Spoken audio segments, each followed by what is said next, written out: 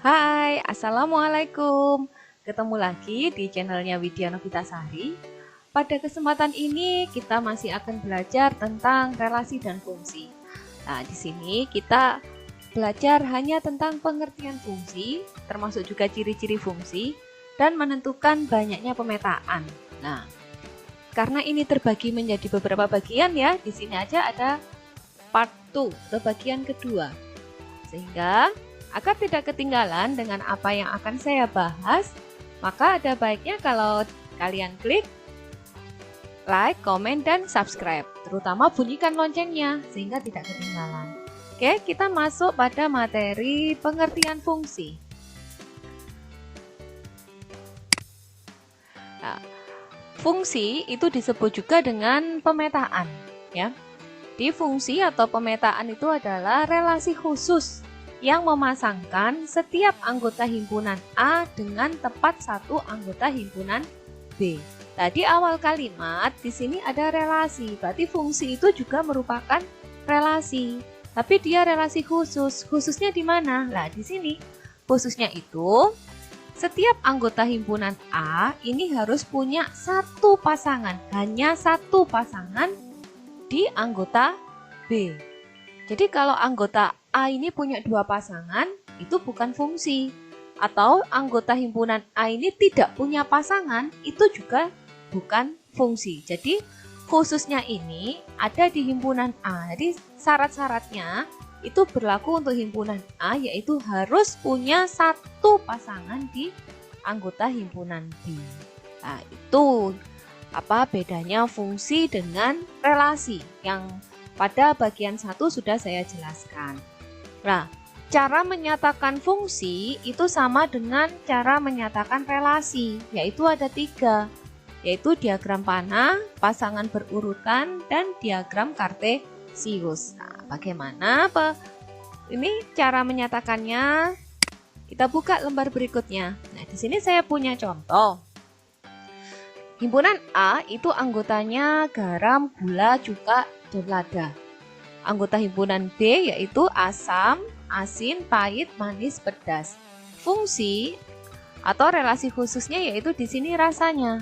Sehingga kita bisa menyatakan fungsi ini dengan 3 cara, yaitu dengan diagram panah, dengan pasangan berurutan, juga dengan diagram kartesius. Nah, pertama kita nyatakan dengan diagram panah. Sehingga himpunan A kita buat ini ya, kurva di kurva tertutup ini yang kiri untuk himpunan A, yang kanan untuk himpunan B. Anggota-anggota himpunan A itu ada ditaruh di dalamnya segi 4 ini, yaitu ada garam, gula, cuka, dan lada.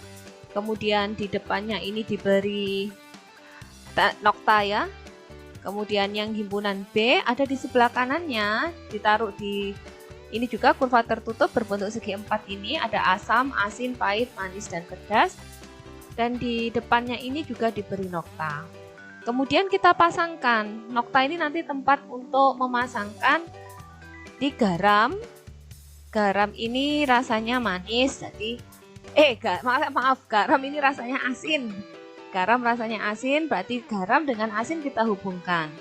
Kemudian gula itu rasanya manis, di gula dengan manis kita hubungkan dengan garis, lalu diberi anak panah. Cuka ini rasanya asam, nah itu kita hubungkan. Lada rasanya pedas. Ternyata himpunan A ini semuanya ada pasangannya, punya satu pasangan di himpunan B, sehingga fungsi rasanya ini merupakan suatu fungsi. Relasi rasanya ini merupakan suatu fungsi. Nah, kalau sudah menyatakan dengan diagram panah, sekarang kita nyatakan dengan pasangan berurutan. Pasangan berurutan itu seperti halnya kita menggunakan koordinat kartesius kemarin. Dan itu untuk menyatakan suatu titik kan pakai X, Y. Ini juga, ini A, B. Jadi garam pasangannya asin, sehingga dituliskan garam, asin ya di dalam kurung. Kemudian gula rasanya manis, gula, manis ini ya. Kemudian cuka rasanya asam, dituliskan cuka, asam. Lada rasanya pedas, dituliskan lada, pedas. Nah, dari pasangan berurutan kita bisa membuat diagram kartesius, yaitu kita buat kalau koordinat kartesius kan sumbu X, sumbu Y. Nah, di sini ada himpunan A, himpunan B. Sumbu X itu nanti ditempati oleh himpunan A dan sumbu Y yang biasanya ini ditempati oleh himpunan B. Oke. Jadi anggota-anggotanya taruh di sini. Kita buat skala yang sama seperti membuat koordinat kartesius ya pada pokok bahasan yang sudah lalu kemarin ini. Ada garam, gula kita beri. Kemudian di sumbu Y juga kita beri anggota himpunan B, yaitu asam, asin, pahit, manis, dan pedas. Lalu kita hubungkan garam rasanya asin. Kita hubungkan dengan asin dan titik temunya ini.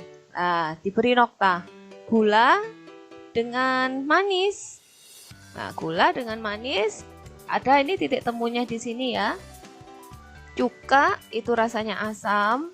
Beri nota dan lada rasanya pedas. Lada dan pedas ketemu di mana lah? Ketemu di sini.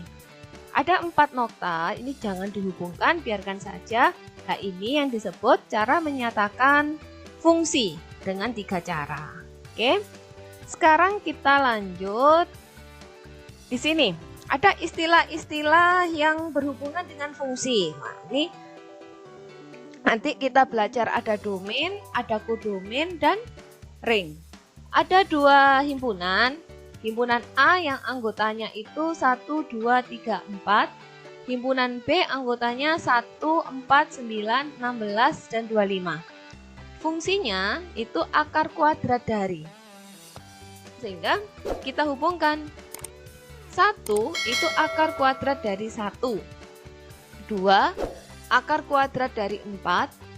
3 itu akar kuadrat dari 9. Dan 4 itu akar kuadrat dari 16. Ternyata himpunan A ini semuanya punya satu pasangan di himpunan B. Nah, di sini ada istilah domain, kodomain, dan ring. Domain itu disebut daerah asal. Nah, daerah asal itu yang himpunan A ini yang sebelah kiri, ini disebut daerah asal atau domain. Kodomain itu daerah kawan. Daerah kawan ini yaitu himpunan B. Himpunan B ini disebut kodomain dengan anggota 1, 4, 9, 16, dan 25. Kemudian ring. Ring itu daerah hasil. Daerah hasil ini adalah anggota dari himpunan B yang mempunyai pasangan di A. Atau kalau pada diagram panah seperti ini kita kelihatan, yaitu anggota himpunan B yang punya anak panah. Nah, ini yang disebut ring. Jadi tidak semua anggotanya B ini menjadi ring. Di sini ringnya yang punya anak panah saja, yaitu 1, 4, 9, dan 16. Ini yang disebut dengan ring atau daerah hasil. Oke, ini istilah yang ada pada fungsi. Nah, sekarang kita belajar ciri-ciri fungsi. Biasanya ada beberapa soal yang menanyakan manakah yang merupakan fungsi, gitu kan? Di sini ada fungsi dan bukan fungsi. Nah, pakai apa? Ya, pakai pengertian fungsi tadi, bahwa fungsi itu adalah suatu relasi khusus yang memasangkan setiap anggota himpunan A dengan satu anggota himpunan B. Jadi yang ada syarat khususnya ini di himpunan A yang di sebelah kiri ini. Jadi kita dilihat, oh ternyata yang ini ya, ini himpunan A punya anggota A1, A2, A3. Nah, A3 ini dia punya 2 pasangan, yaitu pasangan dengan B1 dan B4. Sehingga relasi ini bukan merupakan fungsi, ya. Kemudian gambar kedua. Gambar kedua himpunan A itu punya anggota A1, A2, A3. Dan ternyata A3 ini tidak punya pasangan di anggota himpunan B. Dia tidak punya anak panah. Sehingga relasi ini juga disebut bukan fungsi karena ada anggotanya yang tidak punya pasangan. Ini kan tidak sesuai dengan pengertian fungsi, ya kan? Sekarang gambar ketiga. Gambar ketiga ini merupakan fungsi kalau ini ya. Coba lihat.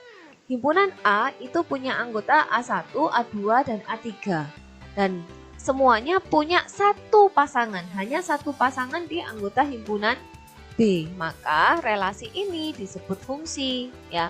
Jadi untuk menentukan dia fungsi atau bukan, kita tinggal melihat himpunan yang ada di sebelah kiri. Kalau dia merupakan diagram panah, ya. Diagram panahnya berarti dia tidak